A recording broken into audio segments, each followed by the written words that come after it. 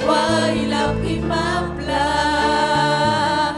Mon Dieu s'est donné. il a pris ma place. Il a pris ma place. Il a pris ma place. Oh, Jésus a pris ma place. Il a pris ma place. Oh oui. Il a pris ma place. Gloire au Seigneur Jésus et bonjour au peuple de Dieu. Une fois de plus, merci à l'Éternel qui m'accorde la grâce de parler à son peuple.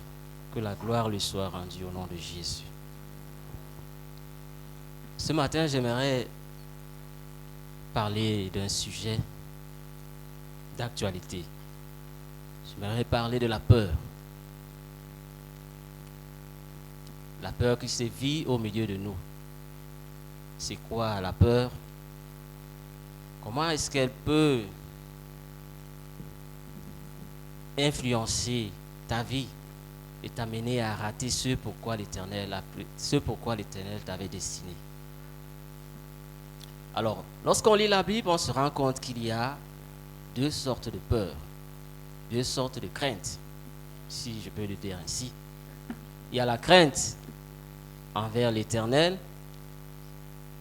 qui est une bonne crainte, pleine de bénédictions. D'ailleurs, la parole dit, la crainte de l'Éternel est le commencement de la sagesse. Mais nous n'allons pas parler de cette peur-là. Nous allons parler d'une autre peur qui est différente de la crainte de l'Éternel et qui se manifeste dans plusieurs domaines de notre vie.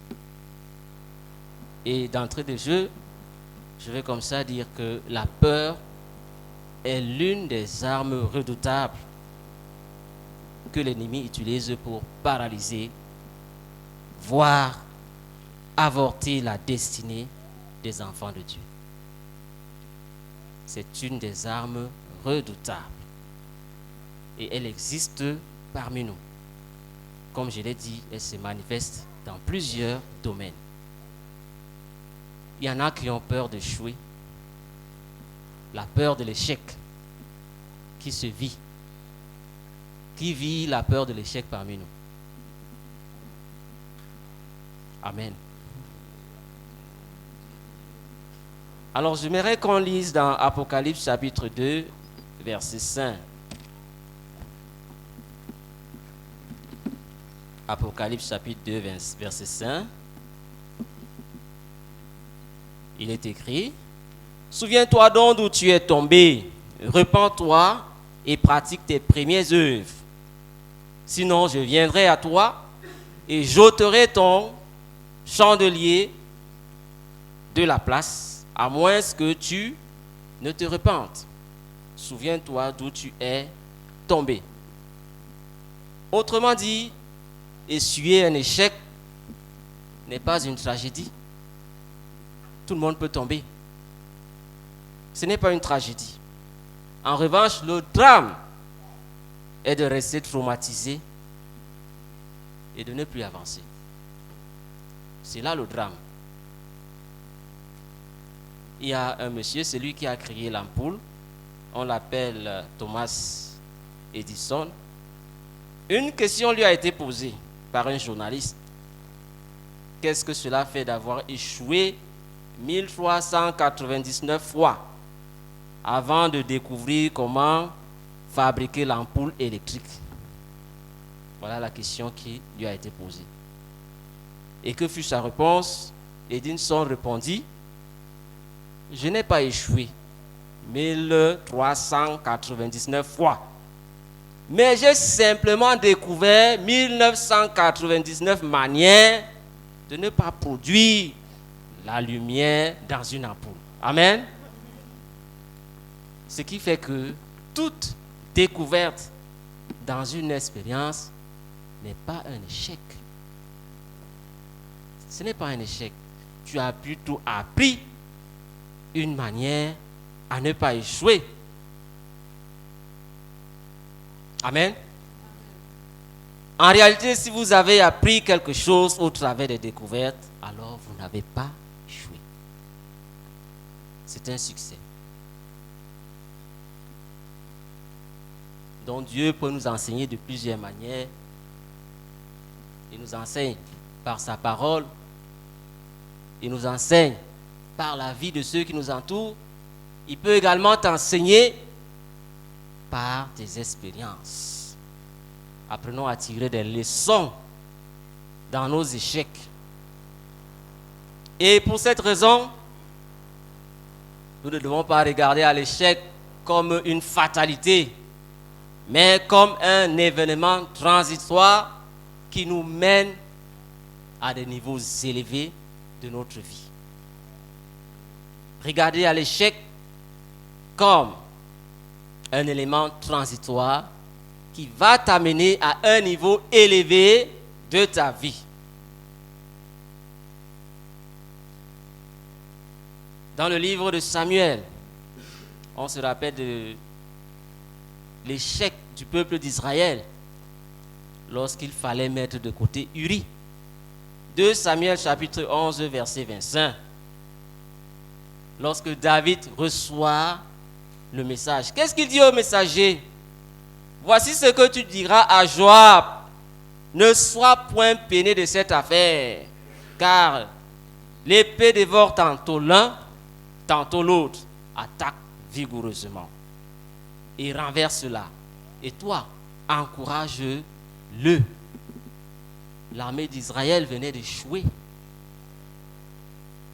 Mais ils n'ont pas été traumatisés par l'échec. Ils ont changé de tactique. En d'autres termes, les épreuves de la vie s'abattent aussi bien sur les chrétiens que sur les non-chrétiens. Tu peux échouer. Voilà pourquoi on dit l'épée attaque d'une manière comme d'une autre. Donc l'épreuve de la vie s'abat aussi bien sur les chrétiens que sur les non-chrétiens. Et l'échec n'est qu'une étape, comme je l'ai dit, qui va te conduire à la victoire. Si tu as donc ce sentiment, il y en a des gens parmi nous qui ont ce sentiment que l'échec, chez eux, c'est une logique. Et moi, je dirais que c'est une logique terrible, d'ailleurs. Il y en a dans des familles où on ne se marie pas, où lorsqu'on est fiancé, ça va avorter. Il y a des échecs comme ça, et que les gens acceptent, malheureusement. Nous avons un exemple dans la Bible, l'histoire du roi Ézéchias, dont le père était Achaz. Nous savons que tout ce que son père faisait échouait. Son père ne réussissait pas. Mais Ézéchias n'a pas accepté cette logique terrible de l'échec. Il ne l'a pas accepté.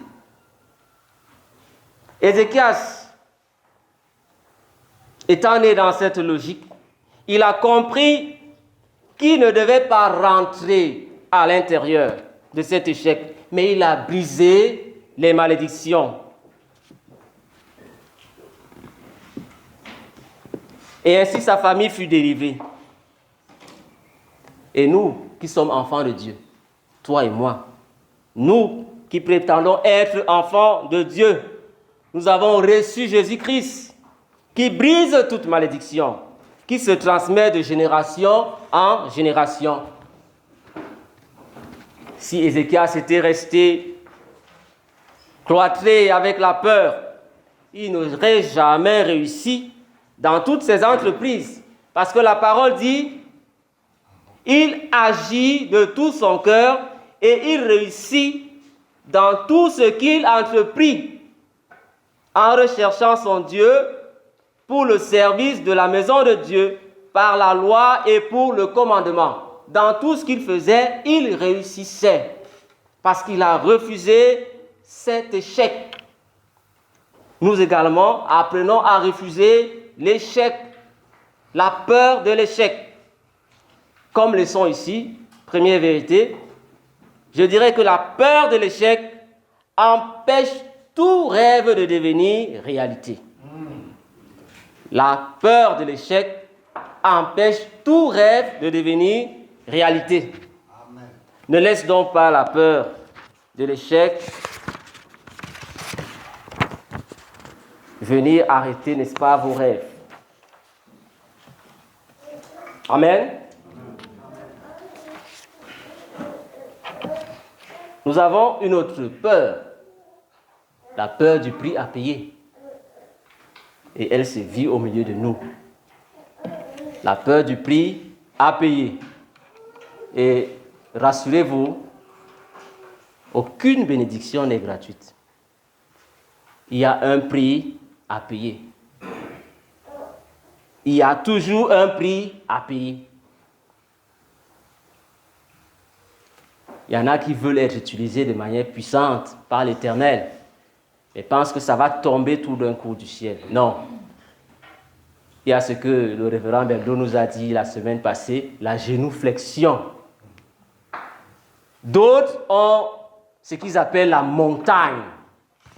Il y a un prix à payer. Et les enfants de Dieu ne veulent pas jeûner. Il y en a qui ne veulent pas prier. Quelqu'un va te dire qu'il ne veut pas jeûner parce qu'il ne veut pas maigrir. Malheureusement, il ne veut pas maigrir. Que ça rend laid, ça rend juxa. Amen. D'autres ne peuvent pas se lever la nuit pour prier. Ils ne peuvent pas. Il y a le froid. Si je ne dors pas assez, j'aurai mal à la tête. Et vous voulez que Dieu vous parle. Comment va-t-il vous parler lorsque vous dormez?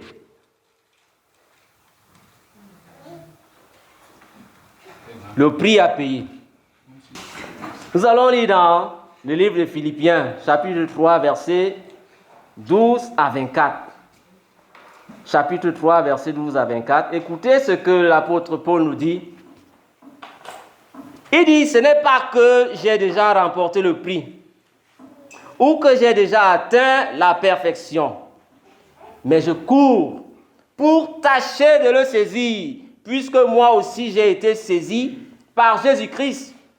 Frère, je ne pense pas l'avoir saisi, mais je fais une chose, oubliant ce qui est en arrière et me portant vers ce qui est en avant. Paul, qui a écrit presque tout le Nouveau Testament, lui-même nous dit qu'il n'est pas encore arrivé, qu'il continue de courir. Nous, ici, nous croyons que nous sommes arrivés. Il y en a qui pensent que parce que on a prié, un malade a guéri, il est arrivé.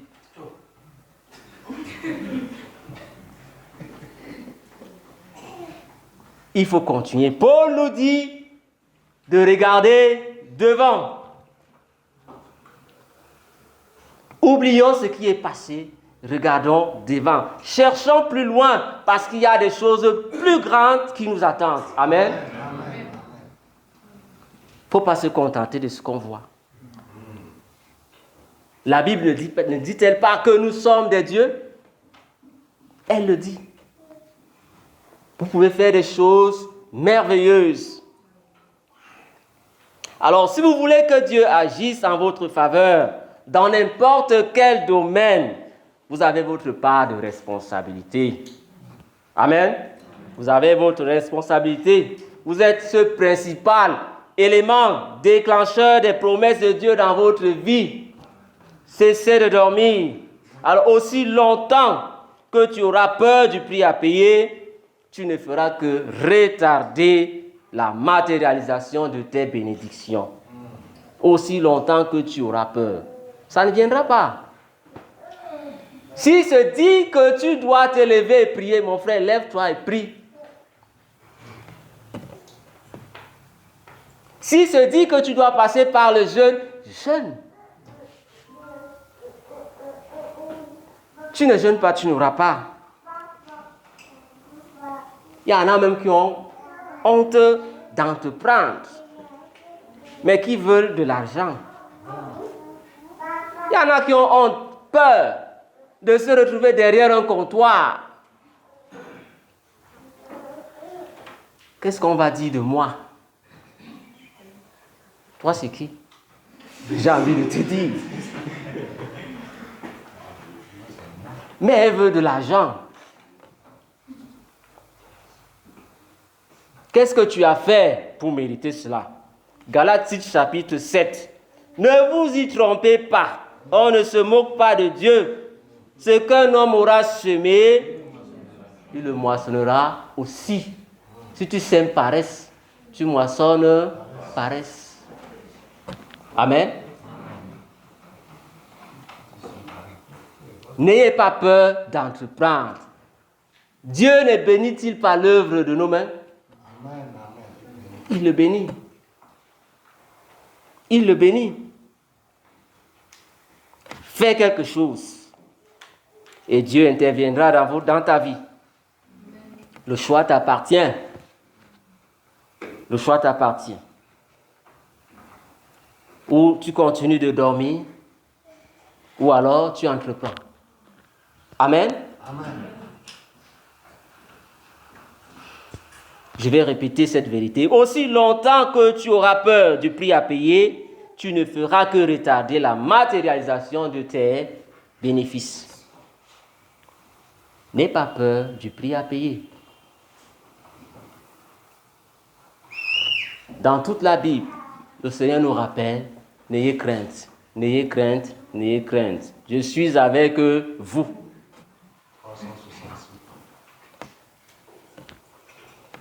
Il y a encore cet autre échec, la peur, cette autre peur, j'allais dire, la peur de donner. Plusieurs enfants de Dieu ont peur de donner. Je n'ai que ceci. C'est même insuffisant pour moi. On me demande de donner tout ça. La peur de donner. 1 Corinthiens 13 nous dit: maintenant donc, ces trois choses demeurent, la foi, l'espérance et la charité. Mais la plus grande de ces choses, c'est la charité. La charité au-delà de la foi. Mon frère, même si tu pries, ressuscite cadavre là, si tu ne connais pas donner là, tu es petit. La charité au-dessus de tout cela. Apprenons à donner. Apprenons à donner. Si on se rappelle de l'histoire dans 1 Roi chapitre 17, du prophète Élie et de la veuve de Sérepta. 2 Rois chapitre 17, versets 8 à 16. Voici un modèle, une veuve qui nous montre comment est-ce qu'il faut donner. Elle n'avait rien de cuit. Elle n'avait qu'un pot d'un peu de farine et un peu d'huile qu'il ne servait qu'à faire un dernier repas. Après quoi, elle mourait. Mais l'homme de Dieu lui a dit: ne crains point, parce que ce que tu es là ne va pas finir, ne va pas terminer. Il y a des personnes ici qui allaient réfléchir, sachant même que, après avoir mangé, ça va finir, je vais mourir. Il y a des gens ici qui allaient dire que, niet, je mets ça, c'est mon dernier repas, et pas avec. Mais la veuve a obéi, elle a donné, elle a tout donné. Et au verset 16, la farine qui était dans le pot ne manqua point, et l'huile qui était dans la cruche ne diminua point, selon la parole que l'Éternel avait prononcée par Élie. Elle n'a pas eu peur de donner. Et qu'est-ce que ça a engendré? La multiplication. La multiplication. Parce qu'elle a manifesté la charité, il y a eu multiplication. Et on peut tirer une vérité en disant que pour expérimenter la multiplication, développe la charité. Développe la charité et tu vas voir comment tes biens vont se multiplier. Comme autre vérité, l'exercice de toutes les vertus, je dis bien toutes les vertus, est animé et inspiré par la charité. Développe la charité et tu verras comment même spirituellement tu seras élevé.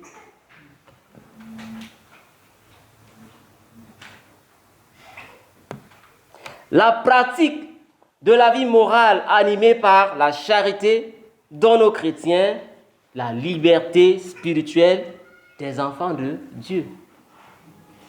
Tu deviens libre spirituellement en exerçant la charité. Et je dirais même que la peur de donner entraîne la pauvreté parce que tu vas demeurer là où tu es. Que ce soit spirituel ou matériel. À chaque fois que l'Esprit mettra, que le Seigneur mettra à ton cœur de donner et que tu auras peur, tu vas rester à ce niveau.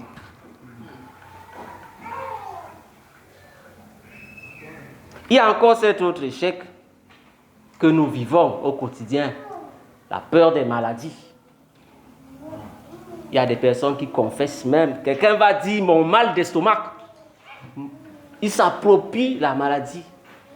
Je ne peux pas manger ceci parce que j'aurai mal gastrique. Tu as peur de la maladie. Ça t'empêche de manger un aliment.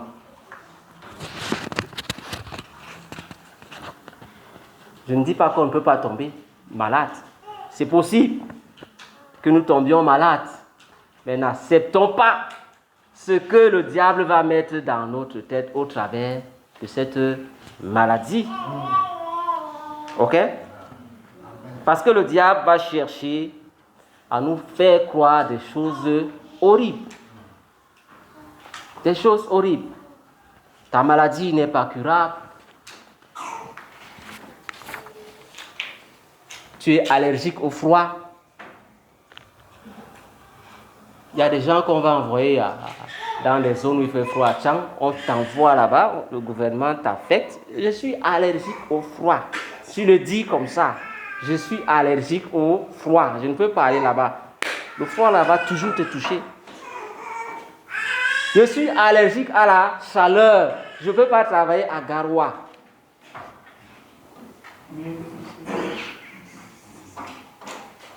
Je suis allergique.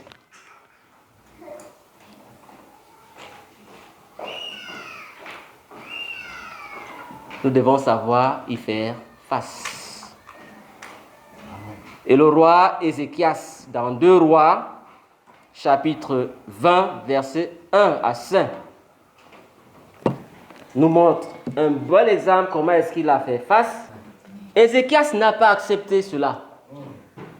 L'homme de Dieu qui lui a dit, tu vas mourir suite de ta maladie, il ne l'a pas accepté. Nous acceptons ici tout. Quand ça vient, vraiment, on l'accepte.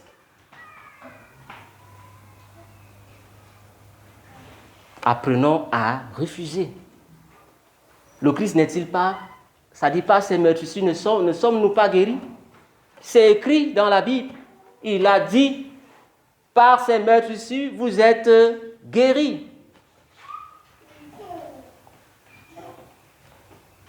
Je me rappelle également d'un message que j'ai écouté l'année passée, d'un patriarche dans le pays Mousgoum, qui était gravement malade.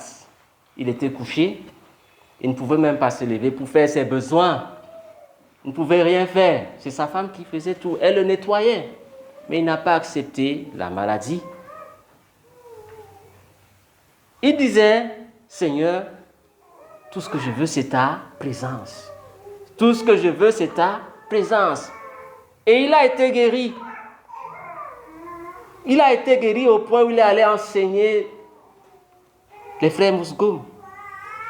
En août dernier, il n'a pas accepté la maladie. Nous également, nous devons savoir que notre guérison, elle est déjà acquise à la croix. Le Seigneur nous a donné la guérison par son œuvre sur la croix. Nous sommes guéris. Il a dit, il nous suffit de le recevoir dans notre cœur. Recevez la guérison dans le cœur et confessez-la.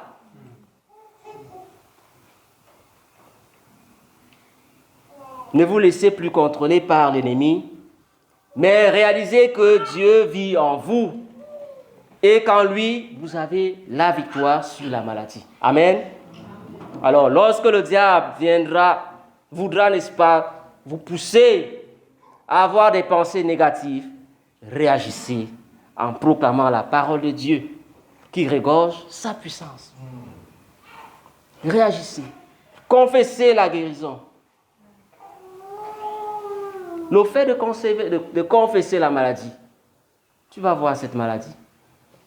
C'est d'ailleurs ce que Job nous dit dans Job chapitre 3, verset 25. Il dit, ce que je crains, c'est ce qui m'arrive. Ce que je redoute, c'est ce qui m'atteint.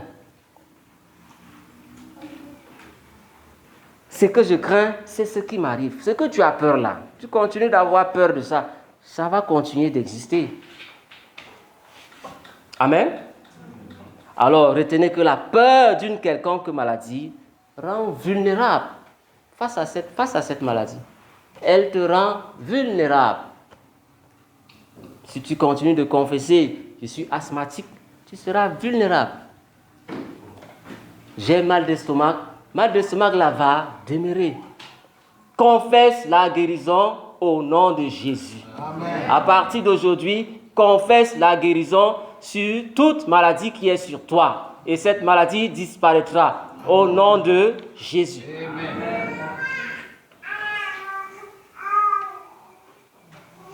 Il y a encore la peur de mourir.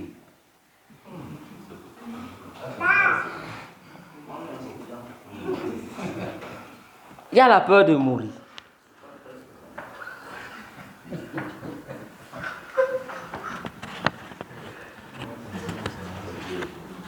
Ils sont nombreux. J'ai peur de mourir. Je ne veux pas mourir. Je veux mourir. Je ne sais pas pourquoi je prends le ton des femmes. Peut-être c'est des femmes qui aiment. Les sœurs, pardonnez-moi.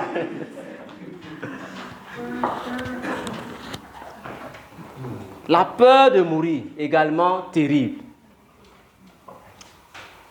En lisant l'histoire des 12 espions qui ont été envoyés à Canaan par Moïse dans le livre des Nombres, quel est le rapport qu'ils ont fait? Ils sont des criquets. Devant, il y a les Anaks, les géants. Et eux, ils sont comme des criquets. Imaginez un criquet devant un être humain. Ils avaient peur de mourir. Et nous savons ce que ça leur a écouté. Il y avait une promesse pour eux. Dieu devait les amener dans ce pays où coule le lait et le miel. Mais à cause de la peur, qui est allé? Caleb et Josué, rien que les deux. Tous les autres, parce qu'ils ont eu peur. Parce qu'ils ont eu peur de la mort. Voici ce que la peur de la mort a fait. Annulation de la promesse. Donc retiens cela, la peur de la mort peut annuler la promesse que Dieu a faite pour toi. On va t'envoyer en mission à Bamenda. Tu vas dire que non. Il y a Amazonia. Tu as peur de mourir. On t'envoie à Kolfata. Il y a Boko Haram. Tu as peur de mourir. Alors que derrière ça, il y avait une bénédiction.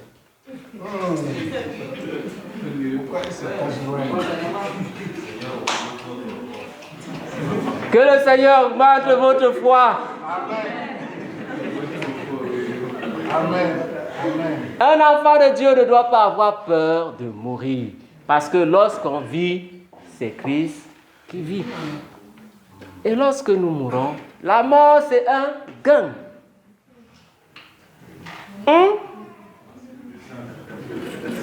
La mort, c'est un gain. Amen. Pourquoi avoir peur de mourir? Je dois plutôt me réjouir. Si,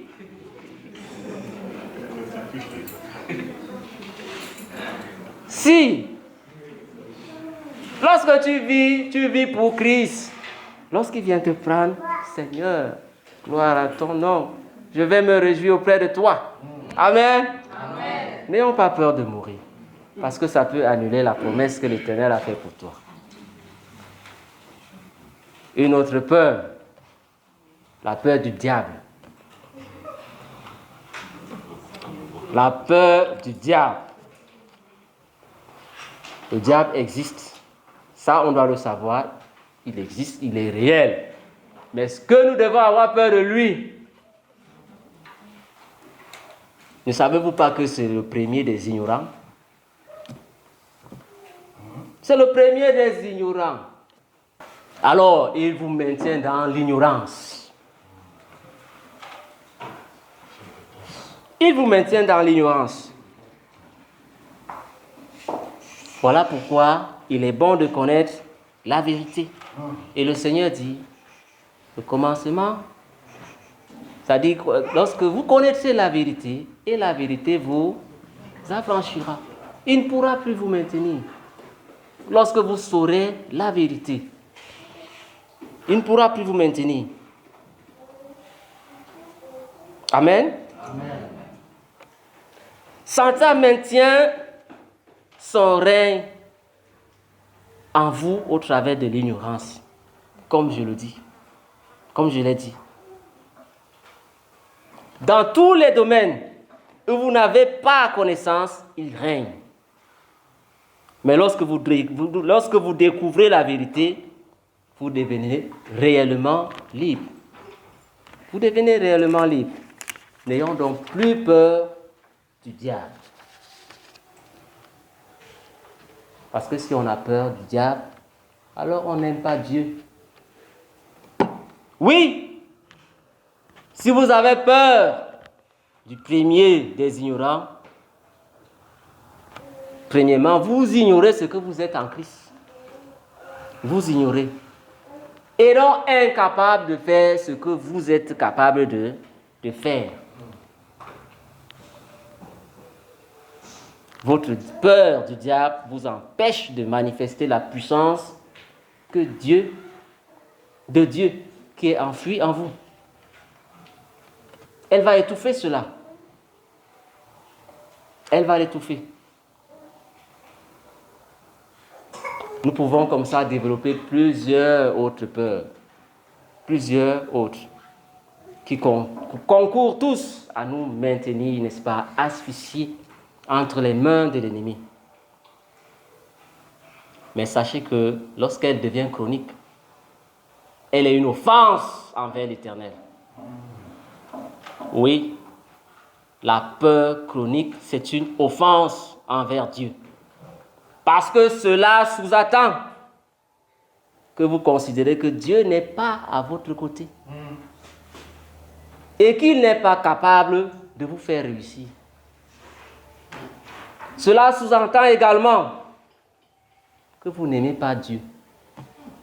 Oui, on peut le voir dans 1 Jean chapitre 4, verset 18. La crainte n'est pas dans l'amour. Mais l'amour parfait parmi la crainte. L'amour de qui? L'amour de Dieu. Car la crainte suppose un châtiment et celui qui craint n'est pas parfait dans l'amour. Si tu crains, tu n'aimes pas Dieu.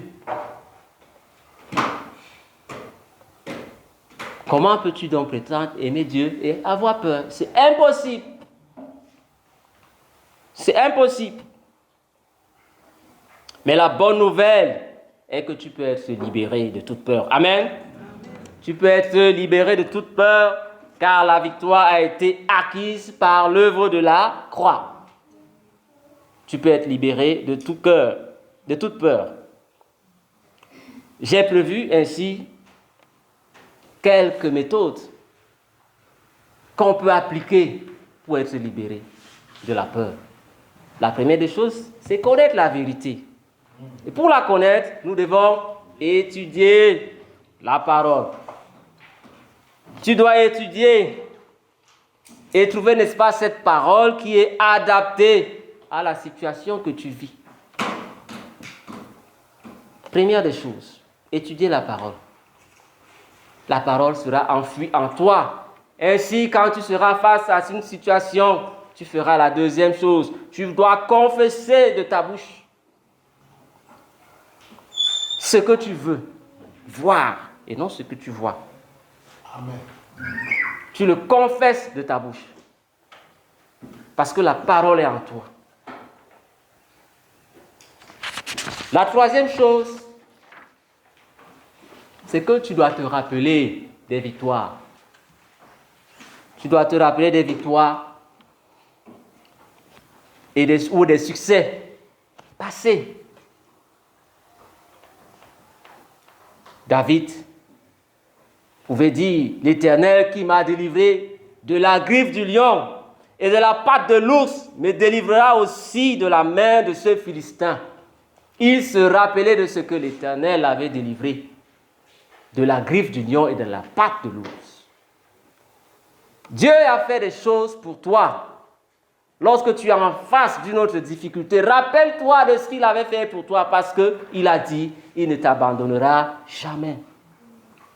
N'aie pas peur. Rappelle-toi et confesse.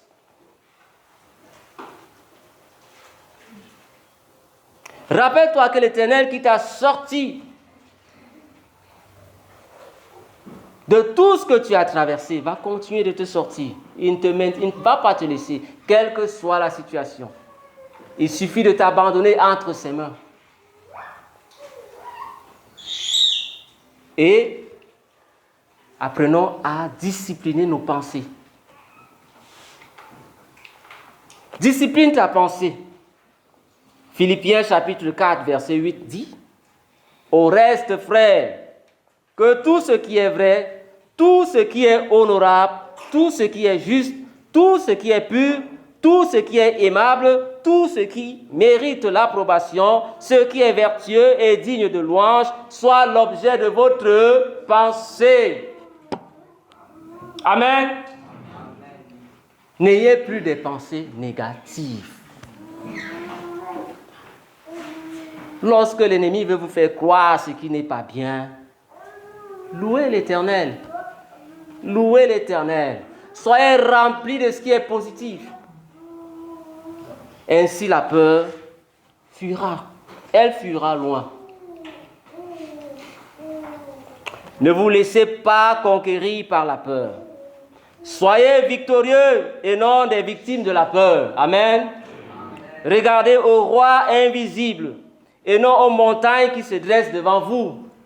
Focalisez-vous sur les promesses et non sur les problèmes, sur les opportunités et non sur les obstacles. Confessez votre assurance par la parole de Dieu et recevez le courage d'aller de l'avant en regardant à Christ, l'auteur de votre foi et celui qui mène à la perfection. Ainsi, vous triompherez de votre peur. Amen. Que l'Éternel soit glorifié.